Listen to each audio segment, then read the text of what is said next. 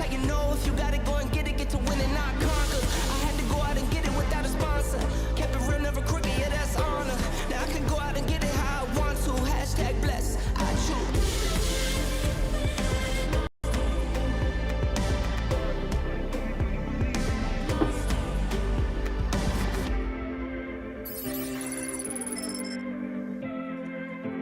Get it. What up, YouTube? What up, Rumble? Welcome back to the Ryan Matta Show. Thank you guys so much for joining us on this beautiful Wednesday afternoon. Today is April 10th. It is 9:02 p.m. Thank you for joining us, and please consider smashing that like button on your way in the show. We're going to talk about a new Bitcoin board game that we are crowdfunding, and in the early stages of development, Global Reserve, a Bitcoin game created by my good buddy, Steven. How do I say it? Loutherback? Am I saying that right? Loutherback.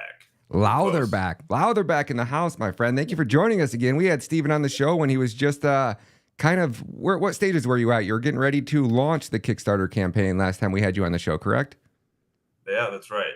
I hadn't quite had it buttoned out yet, but here we are 2 weeks later. Man, we were talking about it. He was showing me this game, man. I'm super excited. Why don't we just, let's cut to the chase, man. Let me see this board game. Tell me all about it. Let's see what you got working on here, man. Yeah, well, if you're hearing about this once more, the name of the game is Global Reserve. And as it might sound, you're trying to become the next global reserve currency. And instead of taking over the world with armies, you're doing it with money. Very similar to the real world, man. Very similar to how the real world works. Yeah. You really think it's about who has the biggest army, but it's really who can fund the biggest army. You are absolutely correct, man. So show me this board game. I know you had got it out. I want to see what this box looks like. Give me a teaser of this so people can see. Damn, that thing's cool. So here's the manufacturer's prototype. This is the final design. What you're looking at here is the Founders Edition. So I printed 21 of these from the manufacturer. Yeah. These are all sold out to friends and family. Yeah. And that's so fucking cool, man. Go preview. That's so man, I had a blast designing this. This is the first like big product design I've ever done. Designed like a card deck. Mm-hmm. Just did the little 2-inch by 3-inch box. And then I decided to go even bigger and do my first, board game, but also product design in general. Never done it before. And is that all the boxes behind you? Is that what we're seeing back there?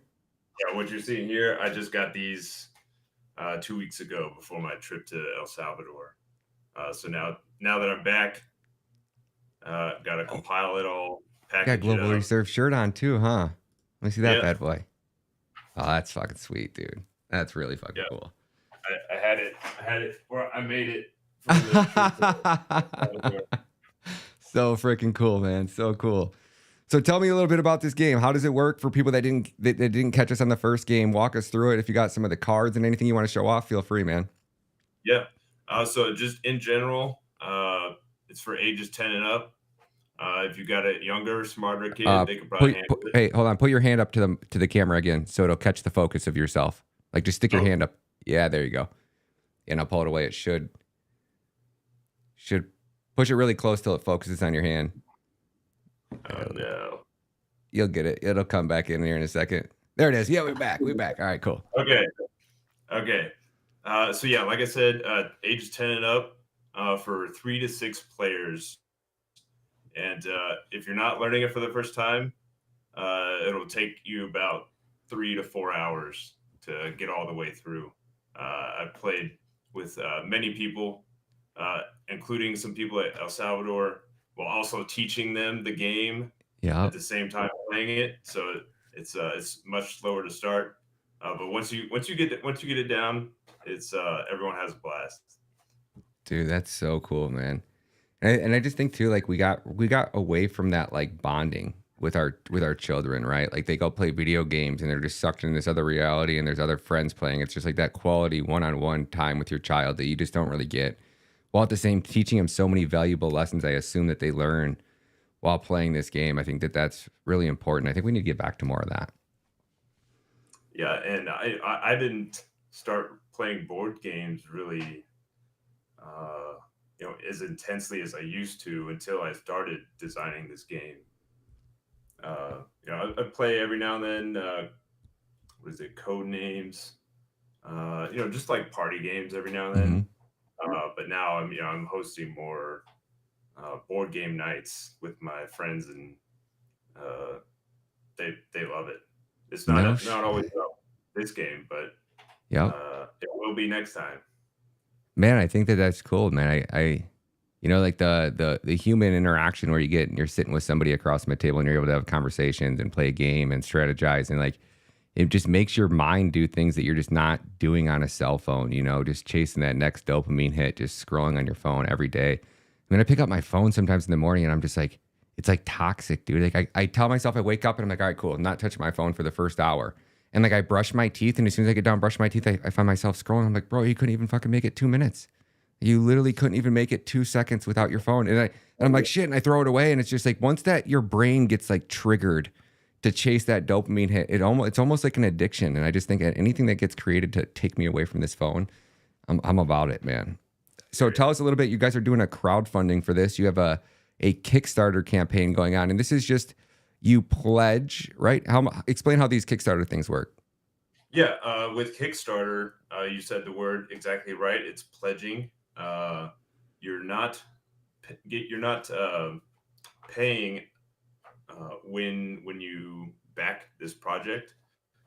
You're only paying after it reaches 100%. Okay. So in the event that it did not happen, you or anyone else who ordered this game would not be charged. But that's not to say it's not going to happen.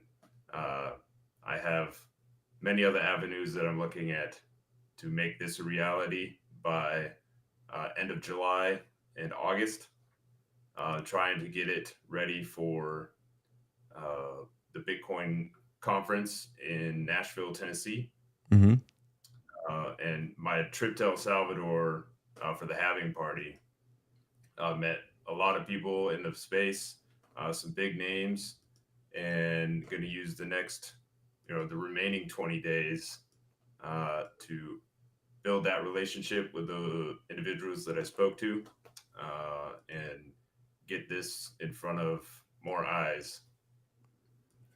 Man, anything we can do to help, let me know. I'm going to actually go down. If you guys are watching this over on Rumble, I'm going to share the link to the Kickstarter. It's going to be down here in the main comments of this video. So if you guys want, after the live stream ends, I know sometimes that the live chat actually isn't working or doesn't, actually, am I on the wrong, let me make sure we're streaming out over here. Yeah, we're streaming out over here on Rumble. Yeah, or on Rumble. Yeah, so it's going to be down here in the main comments of Rumble, in the main comments. So if you guys want to go over there and support that Kickstarter, you can see it over there in the main comments as well. So tell me a little bit about your trip to El Salvador. Show me, you got some of this game you want to show me? I'd love to see. Yeah. Yeah. Hell yeah. There we go. Sweet. Get everyone acquainted with what it's going to be. So there are 8 regions. Yep. That you're trying to take over. And the what I like to tell people is you like to find a home. I like Australia or South America, Africa, and try to find a home for your money, even though Dogecoin might want to take over North America or whatnot, and Bitcoin South America. But one thing I haven't discussed yet is the 6 currencies you play as. So Dogecoin being one of them. I got the 3D pieces right here. Oh, that's so funny. That's awesome. I resin printed all of these for the first 21. So there's little Bitcoin. Mm-hmm. Yeah. So each one's got their own little 3-dimensional piece. So it's Bitcoin, Dogecoin, Fiat, Ethereum, central bank digital currency, and the BRICS currency. And each currency comes with currency card. So there's six currencies, Ethereum, Bitcoin, everyone I just described. And then each currency has a superpower and a weakness.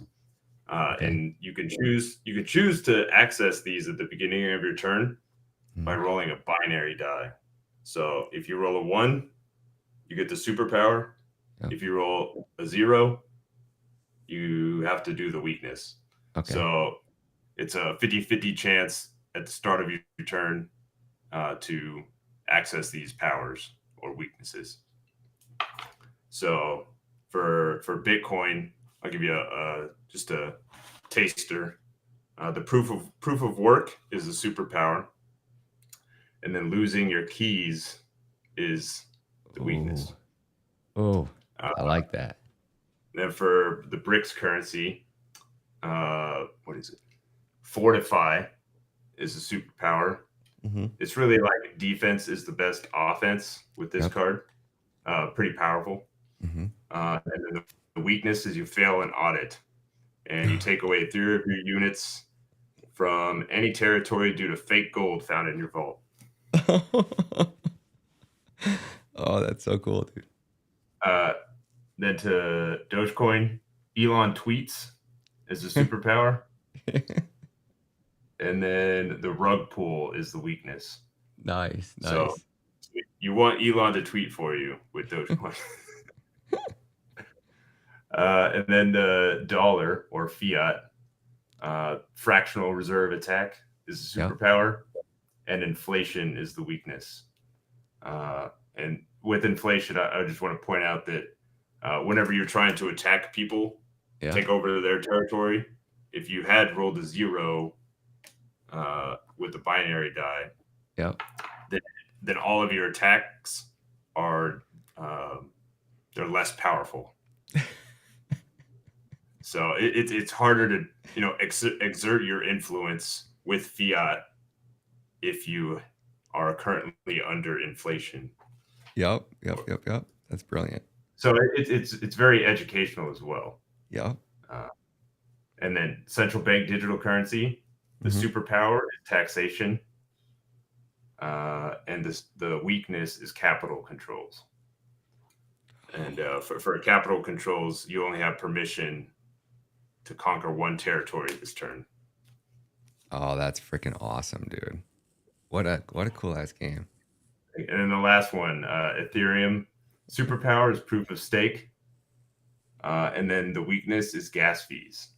So for the gas fee, if you rolled a 0 with the binary die, you have to roll a 6-sided die to determine how much it's going to cost you to start attacking. That's freaking awesome, man. That is freaking badass. What else you got? I could go over the rules. Not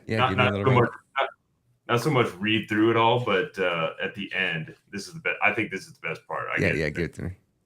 I get the biggest kick out of this, and everyone I've shown it to so far, they're just laughing their ass off. Yep. So at the end, under how to win, the first player to capture all 45 territories in 8 regions is the winner. After celebration, the winner can choose to read what kind of world each global reserve currency will result in. Yep. So I'm just going to read maybe 3 of these. So if Bitcoin wins, infinite money is no more. Instead, Bitcoin's 21 million limited supply has led to significant deflation in the price of goods and services. World economies are no longer based on consumption and amassing debt, but instead based on productivity and savings. And with the GRC no longer controlled by any individual nation state, governments have lost the monopoly of force and, for the first time, become accountable to those who produce, the people. And I'll give you a little sampler for Dogecoin. So the Doge army is victorious. Humans no longer exchange value for value. Instead, all humans exchange Dogecoin for memes. Goods and services are no longer produced by humans. Instead, dogs have become the most productive members of society. And I've got a quote here from Elon. The most entertaining outcome is the most likely. Yeah. I'm sure you've heard him say that before. Oh, yeah. Yep. And last but not least, there's other three, but for fiat, I feel like this is the medium to read it. The sole issuer of the GRC continues to flood the world with unlimited currency to pay off its old debt with new debt. The national debt and unfunded liabilities continue to balloon at an exponential rate. All the while, citizens of the nation state bear the cost of higher prices and accept a lower standard of living. And so it continues. Those closest to the money printer continue to benefit by extracting wealth from the savers of fiat currency. Oh, that's too good, man. That's too good. I feel like every American needs to, like every adult American just needs to play this game and realize what a absolute Ponzi scheme of a world they live in. Like it Absolutely. It blows my mind, man. I tried to, in that last page or two, give the idea that Bitcoin is the next global reserve currency. Yep. I never say that Bitcoin is, but I'd much rather the people who play my game to come to the conclusion for themselves. What does Sailor think about this? He's all anti Bitcoin as a currency. It's gonna strengthen the U.S. dollar, and I'm over here like, dude, it ain't. Like, Michael Sailor? Yeah, you hear him. I don't know if you've seen the stuff that has went down in the last couple of days, but I guess like some crazy shit went down with Sailor, where he's trying to not support and not fund any open source projects building on top of Bitcoin for some reason. Huh. I'll have to look at that. Yeah, check out Luke. What's his last name? Luke Mikic. Am I saying that right? Mikic over on X. He goes by at Luke Mikic 21. He put out a video last night about some crazy stuff that went down between Sailor and some other people. It was big news, man. I thought it was, anyways. Okay. That, Sailor working behind the backs of the decentralized community. I don't know. It's really weird. But I guess like Sailor saying like he's very adamant about it's not a currency. It's not a currency. It's a store of value. So like there's this huge rift now. Is it a currency? Is it a store of value? I'm over on the currency side. I'm saying like ditch your US dollars. Get out of the dollar, get out of your 401k, get out of the stock market, put it all into Bitcoin. But what do I know? I don't know if you ever heard of the adage where you start as a collectible, then you move to store of value, and then you move to a medium in exchange. No. So it's like how long does that take for you to become a collectible, to a store of value, to medium in exchange, and then a unit of account? Yep. So it's like this linear, these linear stages of what makes a good money. How was El Salvador? Tell me about your time down there. I want to hear more about like what was it like when you got there? Was it beautiful? Was it grimy or dirty, or was it? Tell me all about it. Well, I'll start with the weather. It is probably about 90 degrees when I was there last week. Probably 70% humidity. It was very, very humid. Mm-hmm. If you've ever lived in Miami, it's probably most similar to Miami. I live down in Fort Myers, which is even more south than Miami. So yeah, okay. I know what you're talking about. And from what I've been told, if you're closer to the coast, it's going to be like that, hot and humid. But when you start to move up into the mountainous region, it starts to become more like Colorado, not Colorado, like snowing, but in the summertime, like 70 degrees, 80 degrees, low of maybe 50. But as far as like my experience, just going through the countryside, there's no homeless people, no beggars. Although it is a third world country, it seems like what the people that did live there, just driving on the roads, I didn't see a single person begging, and nor at the airport. And I was comparing it to the United States the whole time. It's like what makes a third world country a third world country? Is it the absence of wealth, the absence of infrastructure, all of that? And then, why? I know why, but why in the United States do we have, beggars on every corner? In San Francisco or Chicago or New York or even Arizona, Austin. They're everywhere. And there's just a different mindset in the citizens of El Salvador. I even heard one story from another Bitcoiner who was at this event. He was trying to buy like mangoes from a woman just on the street at her little stand, and I think it was like 8 mangoes for $4. And this guy who was trying to buy it, he only had 2 ones and a $10 bill. There was no way for him to make $4. She didn't have change to give him, and so he was like, here's the $10 bill. And she's like, no, I'll take the 2. Like, give me the 2. And he's like, no, I insist, give me. And she's like, no. So she ended up taking the $2 instead of the $10.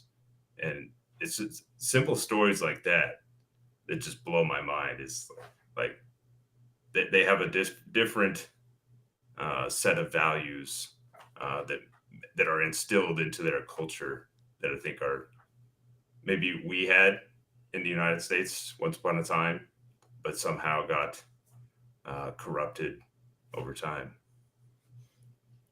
Wow, man, I don't even know what to say. That's so cool. It's.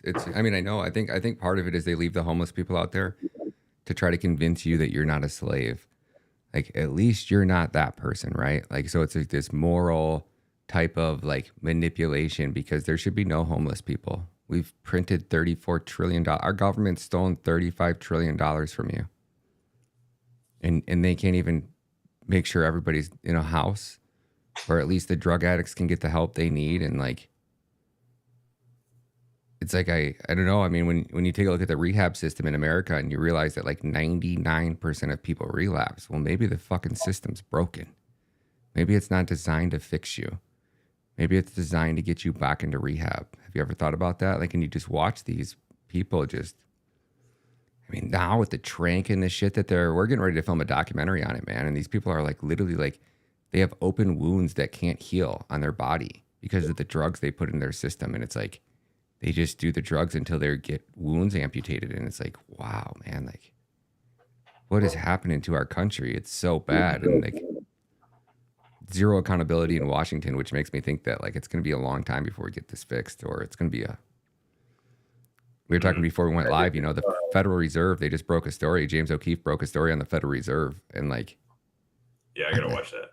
It's fucking wild, man. It's like, I don't know how much people are going to, like, longer people are going to sit here and put up with it. And everybody, it's so crazy to me. It's like the Bitcoin content, like Bitcoin in general, can change your whole entire life, right? Like, if you sit here and you start understanding Bitcoin and you start allocating to it, and you have the ability to, produce money, or you have a business, for example, that produces money and income every month, and you can allocate to Bitcoin, like, you can change your entire family's future in a couple of years.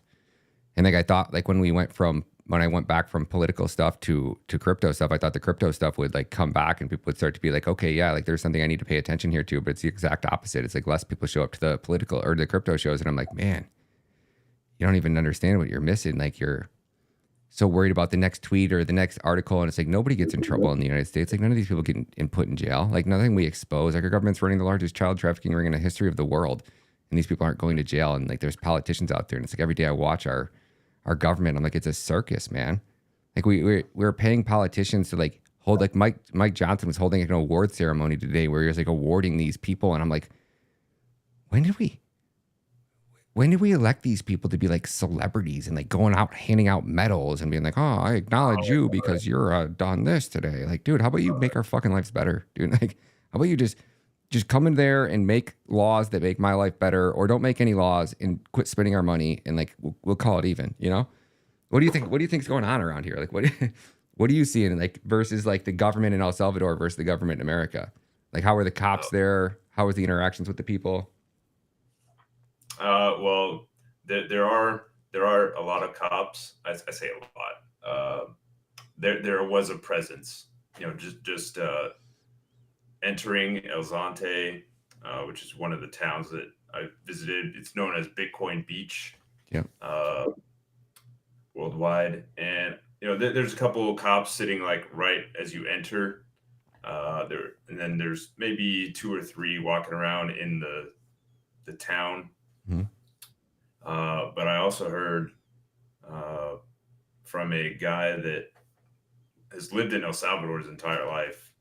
And I had the pleasure of flying back to the States with him sitting next to me, and he was giving me, or I was just like asking him a bunch of questions, like, what was it like 5 years ago? What was it like 20 years ago? What was it like today? And he shared a couple stories. And the one that stuck with me was about 5 years ago. This was before the gangs had been rattled together, put in prison. This is before that. I think MS-13 and M16th Street. Those were the two biggest gangs that ran El Salvador. Yeah. And he was telling me that it was pouring down rain one day, and he was driving down the road, stop sign ahead. He stopped at the stop sign, and he had his window rolled down a little bit. I don't think he had air conditioning or something. But as soon as he came to a complete stop, gun to the head. And the guy had was pulling on it, where he was trying to find like a chain to grab it. The driver, the guy that I was sitting next to on the plane, but he had a gun to his head. He's like, "Give me your money. Give me all your cash in your wallet, your jewelry." Yeah. And he's like, "Oh shit!" Like he was grabbing his cash, giving him cash, and then he had this bracelet on at the time. And the robber, the criminal gang member, he was like, "Take your bracelet off, give it to me now." And he's like trying to get it off. He's like, "I can't take it off. I can't take it off." And he's like, "All right, forget it." And then, he just ran away. So, and the funny thing is that this guy, he was still wearing that bracelet on the plane. So he still wears it every day. I just thought it was both a blessing and a curse to have that memory on your wrist for that long. But he said today, the government still has a big presence in El Salvador. It has its hands in a lot of things, much like the government of the United States. And I got the impression that it's both a good thing from, in terms of El Salvador's security and safety. Mm-hmm. Whereas, 5 years ago, it was not uncommon to pay someone to walk down the street as like a toll to the gang. And today, when I was down there, I was walking through the streets, sometimes after midnight, and nothing. There was nobody out except other Bitcoiners trying to walk home. But if I were to try to do that 5 years ago, I may not be alive. Yeah, your organs would have been getting harvested somewhere. Oh yeah. Dude, that's so crazy, man. It's funny as I hear a lot of people saying it was weird because I saw a lot of things on social media like, oh, you think you're free in El Salvador? You can't have a gun. You can't own a gun. You can't have a tattoo. and there was like a whole list of things. I didn't know if that was true or if that was real. Is that really true? So I asked the exact same questions to him. I had 2.5 hours, just like all these questions, and I asked, do you own a gun? And what is the process to get a gun? And he said, yes, I do own one. There is a permit process. Nothing like we experience here in the United States, where all you need is a background check, and you could just walk in the store and maybe 30 minutes later walk out with a gun. And I was trying to see if they had anything similar to the Bill of Rights in El Salvador, and it did not sound like they did. But I don't think he had ever heard of the Bill of Rights in the United States, so I was dropping some education on that front. But there was another thing that you said that I forgot. It was owning a gun and Tattoos. Okay, yeah. You could have a tattoo, but you were going to get questioned. What is this? What is it for? So you would be interrogated for just having a tattoo. Shit. 4 years ago, 5 years ago. Whereas now, you can have a tattoo. Like, I was like, okay, so were there any tattoo artists 5 years ago? And he's like, no. Shit. And he was thinking about getting a tattoo in the future. Wow. I wonder, you can't really blame their government because it was so bad, right? Like, you had to take extreme measures. Like, they tried, supposedly, like, the United States government was funding, like, both sides of that war. They were funding the El Salvadoran government, and then they were also funneling weapons and funding to the guerrillas that were, off in the jungles and, like, fighting these wars. And we funded that. Like, nothing we did, none of the suggestions that we gave them worked. And it just seems so crazy. Like, you see Mr. Beast, who goes to Africa, and he did, like, I don't know how many millions, $5 million he spent. And he delivered Africa to, like, over 100 clean drinking water to over 100 villages all across throughout Africa. And then you go, okay, he did that with a couple million, right? Well, the United States has given them $9 billion. $9 billion over, like, the last, like, couple of years. Where? To Africa. Where the fuck is our money? Like, how does every single person in Africa not have a well in their backyard? Where did that $9 billion go? I'm sure half it went to the Clinton Foundation, so that's probably a quick conclusion of where half it went. But where'd the other half go? Like, geez, oh Pete, it's like these people steal our money. And I ask everybody, do you know any country that taxes their citizens and sends money to America? Just one. Can you name one? Like, we give this government 53% of every penny we make, and they give it to like terrorists and, like, bad people in these other countries for what? Like, so that they use our dollars? Like, it blows my mind, man. I just think the jig is up. I don't think that they can put this cat back in the bag. I think that Bitcoin's going to infinity. And I think you're either going to get on board, or you're going to get ran over, and it's going to be it. Yeah, global reserve currency in route, man. So what else did you notice there? How were the people? What did they think of Americans? Was it a heavily populated? What did real estate look like down there? Were you at a hotel or an Airbnb? Was it a resort for the party itself? And then there was a hotel in El Zonte that I stayed at. As with anything, the more you pay, the higher end place you're going to stay at.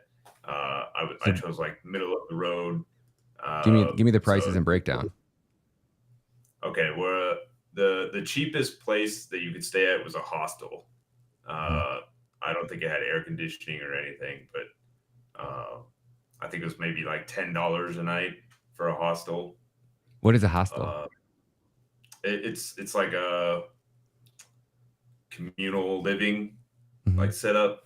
So you might share your hotel room with one or two other people, from around the world that are just, like, there to go surfing. It's a big surf town, El Zonte. And then you could rise up to maybe $80 to $100 for low to mid tier. You're not gonna have your own bathroom in your hotel, but you might have your own room. And then the one that I was staying at was about $150 a night. You get your own bathroom, you get your own bedroom, 2 beds, air conditioning. And I mean, you could go all the way up to like $300 a night, which sounds like a lot. And it is a lot to some people, but down there, that $300 is probably the equivalent of maybe $500 for the equivalent services, and level of finishes that are in your suite. I knew a few people that were staying there. What else? Wow, so you could rough it down there for $300 a month at like a hostel, Probably. and have at least have a roof over your head. Yeah. Wow, that's crazy. And what is the wages down there? Did you get to look and ask anybody like what do they make per hour? Or? Oh yeah. So it's probably about $10 to $20 a day for like a server or a waitress at one of these resorts. That's as far as like a steady job. But then the people that are selling mangoes on the street, I could not tell you what they're making a day or a month. But there was a pupusa restaurant, or just like open shack, really. It just had a grill, and if you ever had a pupusa, it's about yay big. It's like stuffed with chicken or cheese or jalapenos, and these pupusas were between $1 and $1.50 each, and the line was probably 20 people deep in El Sante, and this family was just pumping out pupusas and paying, receiving Bitcoin for pupusas. They had the whole system down. It was really cool to see that kind of merchant interaction and acceptance of Bitcoin. You wouldn't see that anywhere here in the United States.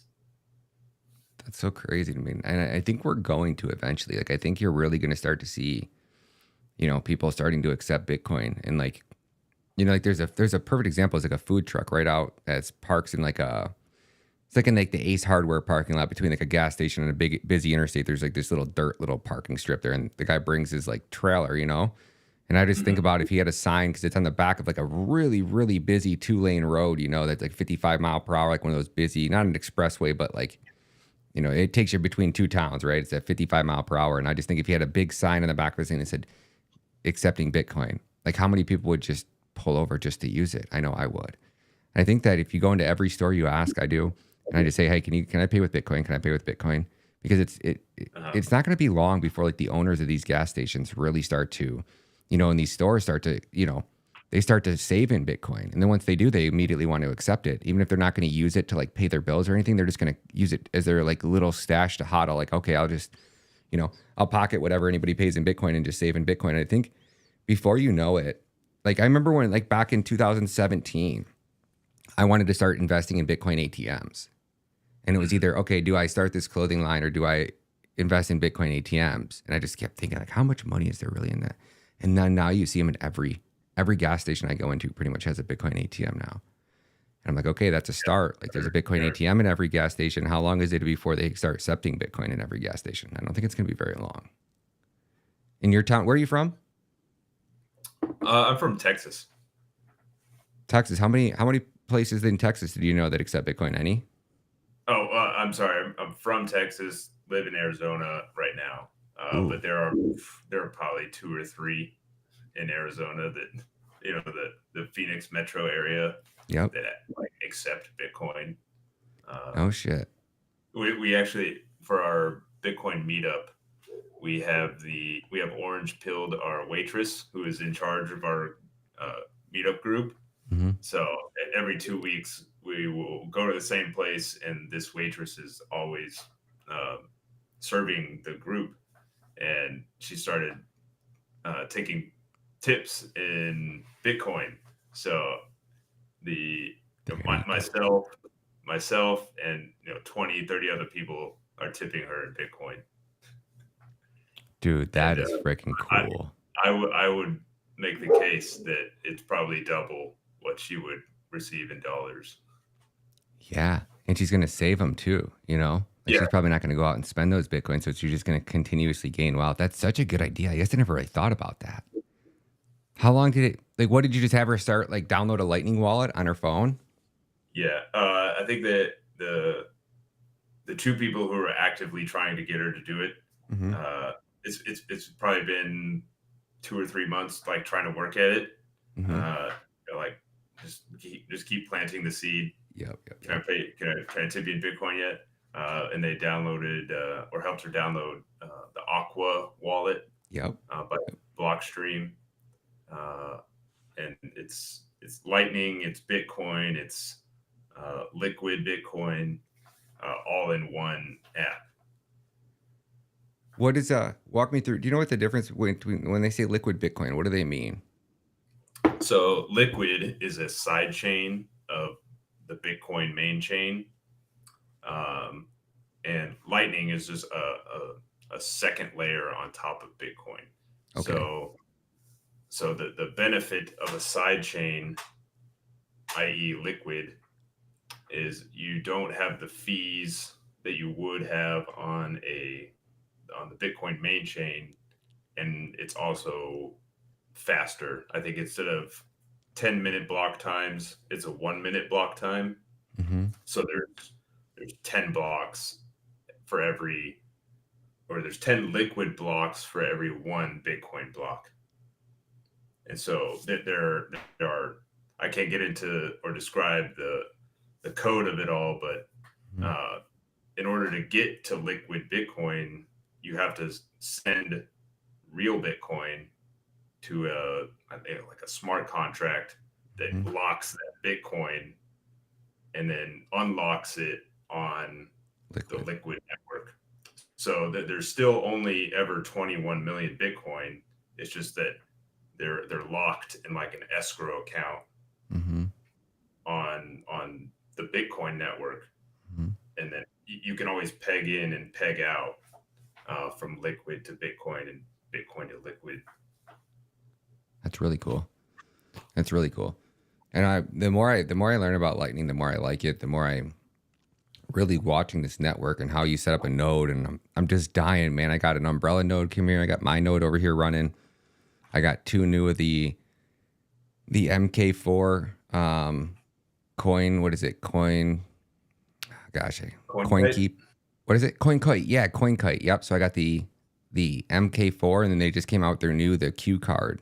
It's like a black. It looks like a BlackBerry, and it's the Q version or whatever. Yeah. And man, I'm so excited to get those things and actually have an air gapped. Are you air gapping your cold storage? Yeah. You are? Yeah. Smart man. What cold wallets do you use, or what wallet are you using?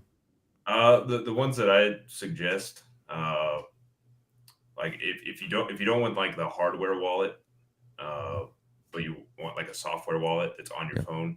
Yep. I always recommend Samurai Wallet.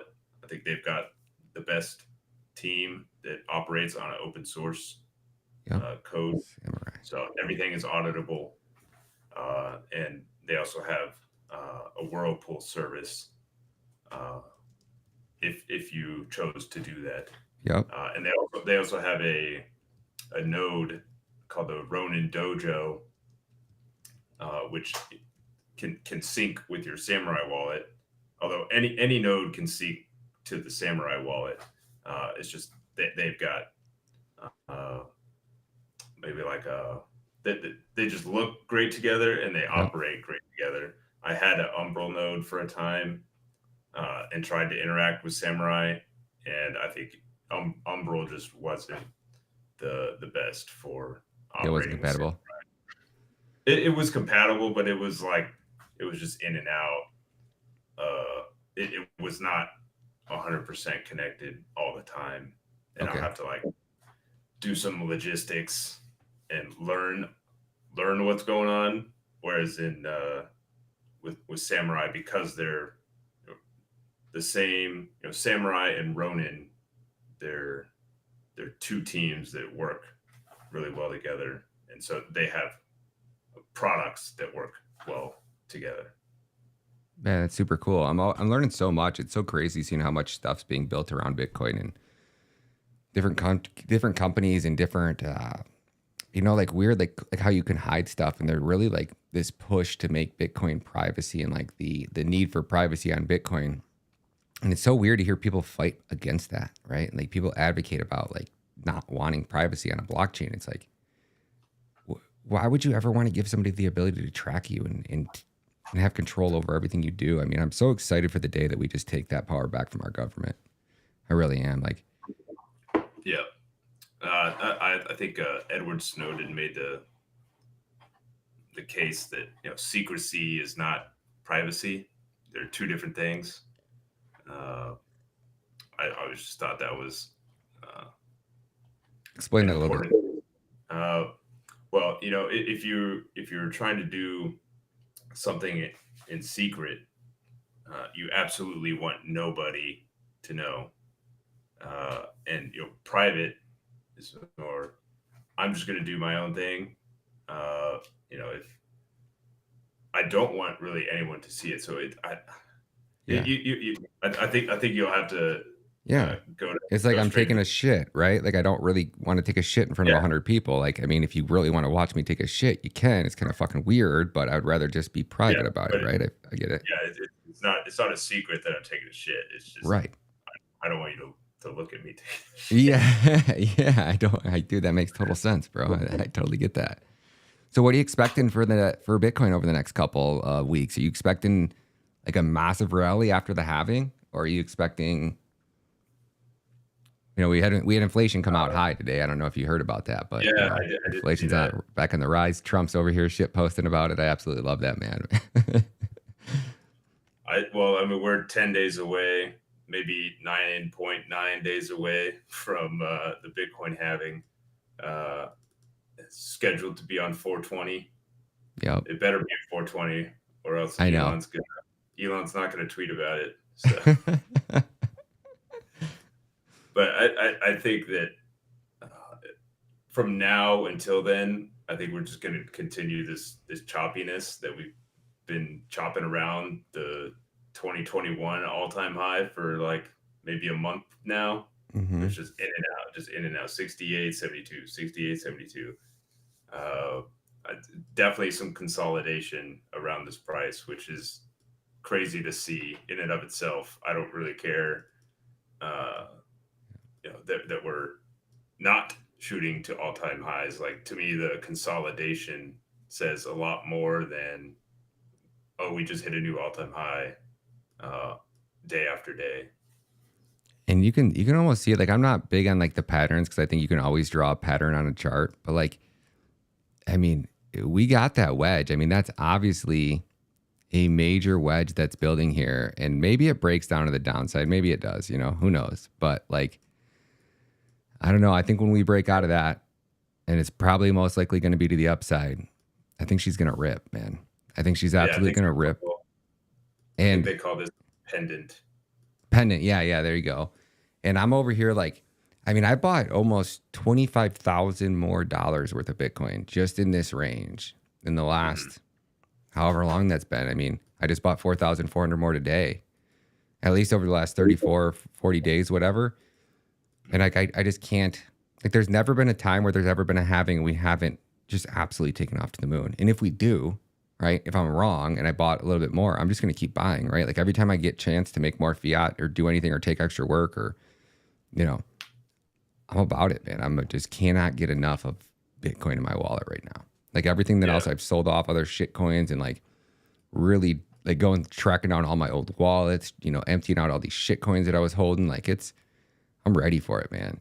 And it's such a weird feeling too, like owning Bitcoin and then like almost all in on Bitcoin and holding very small amounts of shit coins now. And it's like, I just got such a Yeah, good peace of mind. Like I don't need to make 100 million. I just want my money to grow in value and to maintain this wealth, because I know in 10 years or 5 years from now, Bitcoin's going to be millions of dollars per coin. So it's like, I'm just literally sitting here. I don't have to do anything else in my life. I just have to get by until we blast off. And then once we do, it's like everything changes. It opens up a whole different world. And you don't have to sell your Bitcoin, right? Like good luck taking out a loan on some fucking little baby Shiba Inu. Maybe you can, but like good luck, right? I'm gonna borrow against my Bitcoin. I'm gonna have debt. I'm not gonna pay taxes on it because it's gonna be debt, right? And and I'm just gonna loan my Bitcoin to other suckers that were too dumb to buy it. And it's what's crazy too is people won't buy at fucking 70, right? I've been shouting from the rooftops since we broke basically above like 65, like, dude, this is it. Like, buy as much fucking Bitcoin as you can before it's too fucking late. Like, it's going to 1 million. People won't buy. But the second we get up to like 100 or 125, dude, these people would be throwing, they won't be able to funnel their money into it quick enough. And it blows my mind that, like, you know, what are your thoughts on that? Well, yeah, I think that in the months after the halving, I wouldn't put 60K past me or you. Mm-hmm. But in the event that did happen, I mean, we did that maybe 2 months ago, where it's just like 60K or like 58, and then went right back to 65. And I'm not gonna say that's not gonna happen. I think it would.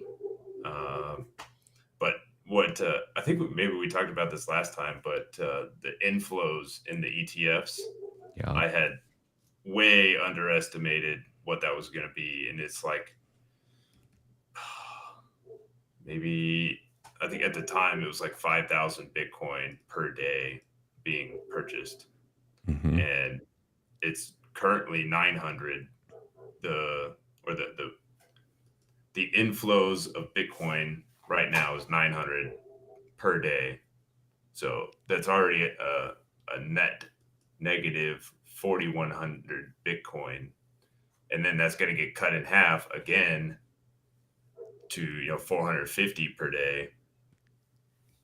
And it's, dude, that's why I don't think he would stay at 60K for very long. And I don't think so either.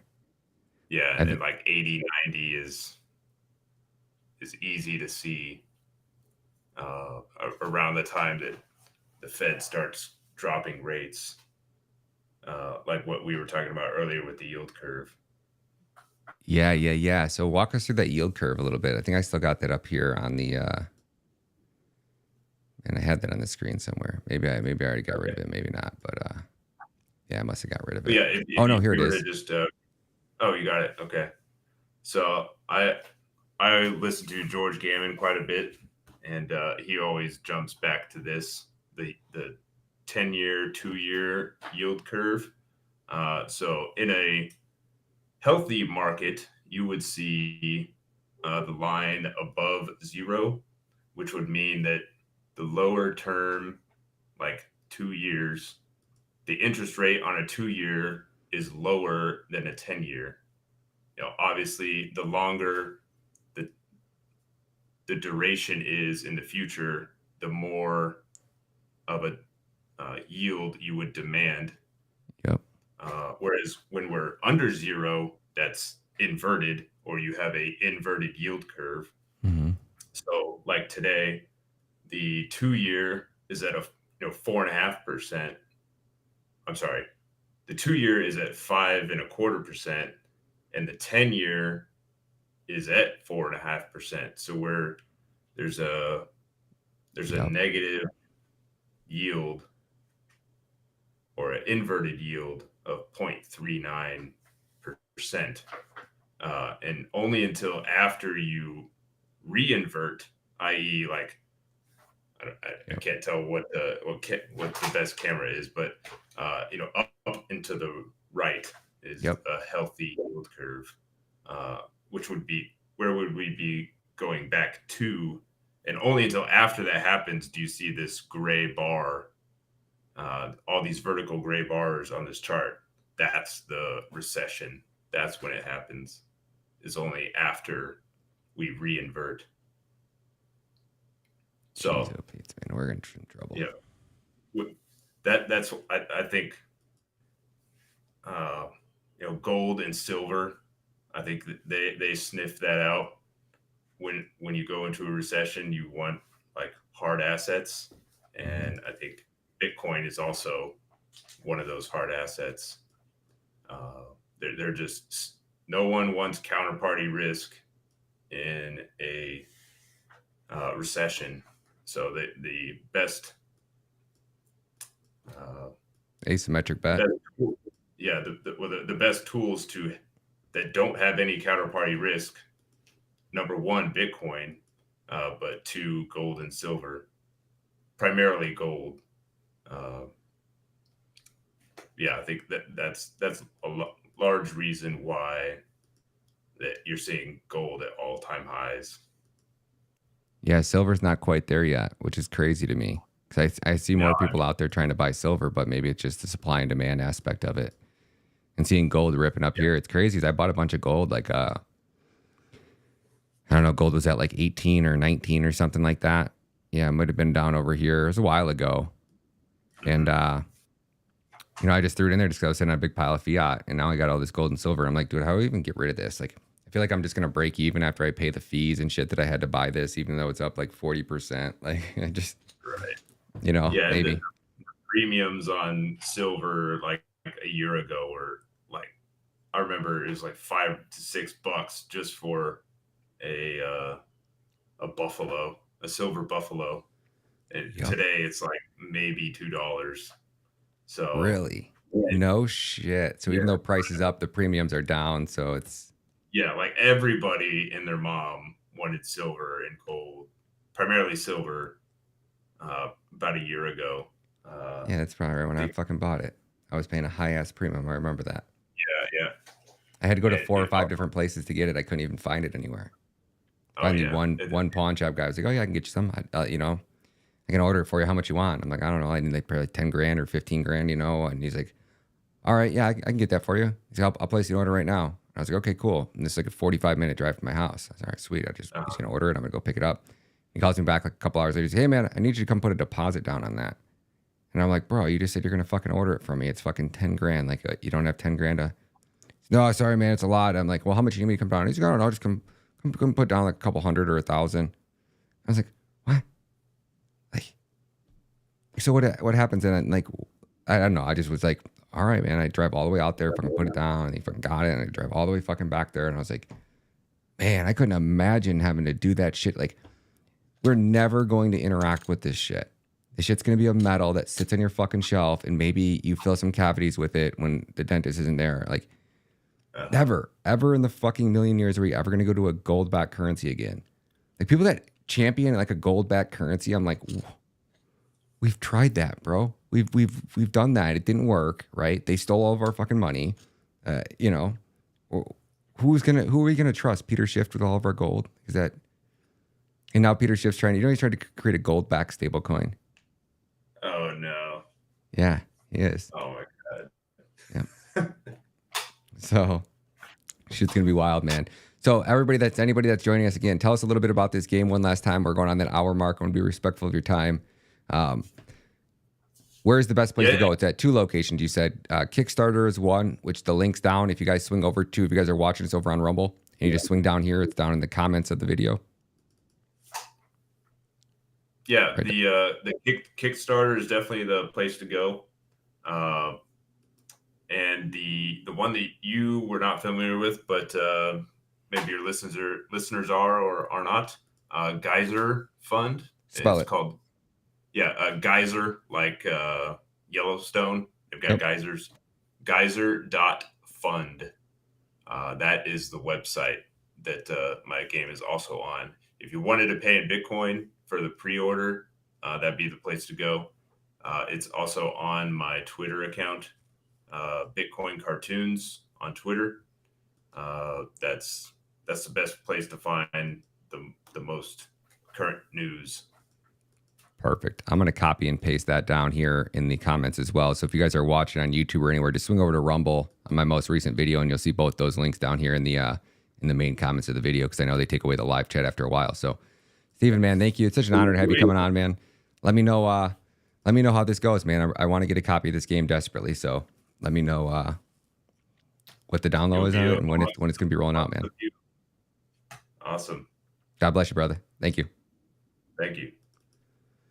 All right, folks, that's a wrap over here on the Ryan Matta Show. Thank you guys so much for sticking with us. Greatly appreciate everybody that's went out of their way to smash that like button. Hopefully you guys are getting more encouraged to keep stacking that Bitcoin, and trying to bring as many people on here from all different walks of life, and you can just see, so you guys can see this secular economy that's being built around Bitcoin. So if you have a business, you have an idea, think about building it and seeing how you can integrate Bitcoin into your business model, because those are the businesses that are going to be able to weather these recessions. And the more people that we get involved in Bitcoin and the more people that start adopting it, like you guys can see it. There's a lot of people in here who didn't own Bitcoin before they started watching my show on LFA, and everybody's starting to come around to the idea like, wow, I've really been missing out.